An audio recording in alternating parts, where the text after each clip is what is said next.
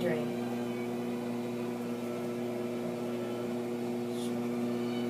Control the pottery. Keep your hands moist.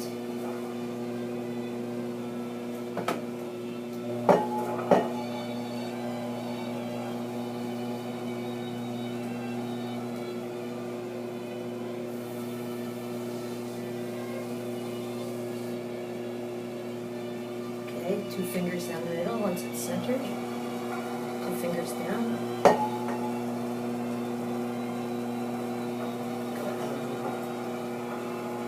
Oh, it came uncentered. I would restart, but I've been trying to teach my students, if you mess up, let's continue. So I wanted to continue to pull the walls up, thin them out, and then if you have something that's not perfect, not centered, how you could reuse it is you can use your skills as an artist, add a personal theme, and add some sculpture to the side. I've done dragon heads, breathing fire off the side, and we've been studying the elements, fire, wind, using the Van Gogh Starry Night dots and dashes. With the wind technique, we could use some of those on the designing of your clay project, and add your personal theme, your message. So going up, pulling, making the walls thinner. You don't want to go too thin or it gets wobbly. It could wobble off.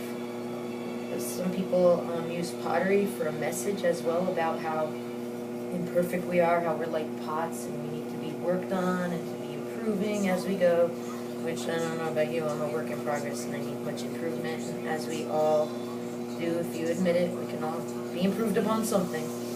And so that's why it is actually good that I don't do a perfect pot for this little tutorial video. I'll be doing lots of different videos because then I can replay it and go around and help my students.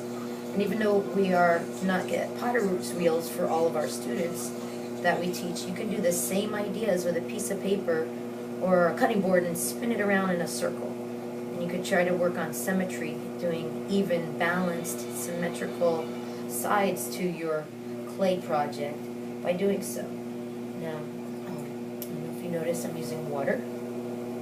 And with water, your clay is going to get really gushy and mushy, but that's how you can smooth it out. So I don't suggest starting with water, but ending with water to smooth it out. Or if you need to if your clay's getting too hard and dry and wrinkly, like an elephant skin, oh good. This one's going to turn into what my students call the tornado. I've had a lot of students get like wobbly clay and imperfect and get too weak with your walls, and instead of throwing it out, since we don't have that much clay to throw it out for the school year, we got to all take turns with clay, you then get to make something new out of it or make something creative.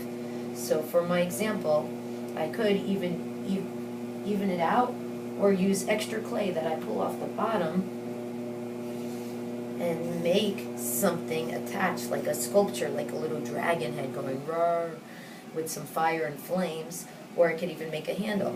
So what I'd like to show you is how to use different parts of your clay where you have too thick of a wall like I had on the bottom.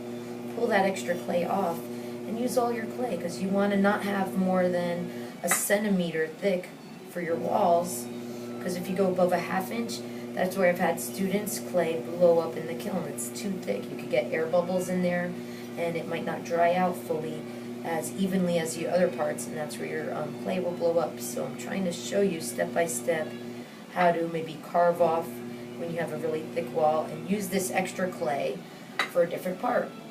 Okay? Now, another way is, the last one I did a sculpture on, another way is to get a tool and slowly carve off the uneven part. So this is a needle tool. I'm only going to let you use the needle tool if you're not dangerous.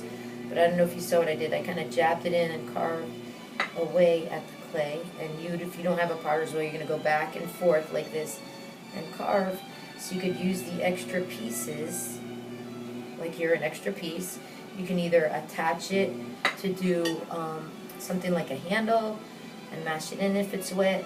And I'm going to show you now how to add, if you wanted to do a handle before we do a little sculpture on the side, maybe make one of the elements like fire, you can use just a piece of paper towel, piece of newspaper, and add an armature in there. An armature is something that will hold your sculpture. Usually we do wire traditionally, or Here, we're gonna add some paper in to make this lift it a little bit. You could just crumple up for a shape, for an armature will help you shape underneath your clay. Then, to even it out, we're gonna add some water, smooth it out, and this is where I would like for you to continue sculpting. And you can then thin it out, add a little shape or design. Maybe you're gonna make a flower. I want you to think about adding something personal to it. And hopefully I will get to see what you're gonna add to it, what designs we're gonna carve into it to make this your own. So what I'm gonna do is start carving and trying to get you guys to think about what you're gonna add to yours. What are you gonna carve into it? Are you gonna use your fingers and start sculpting? Have a fun time. Can't wait to see your projects.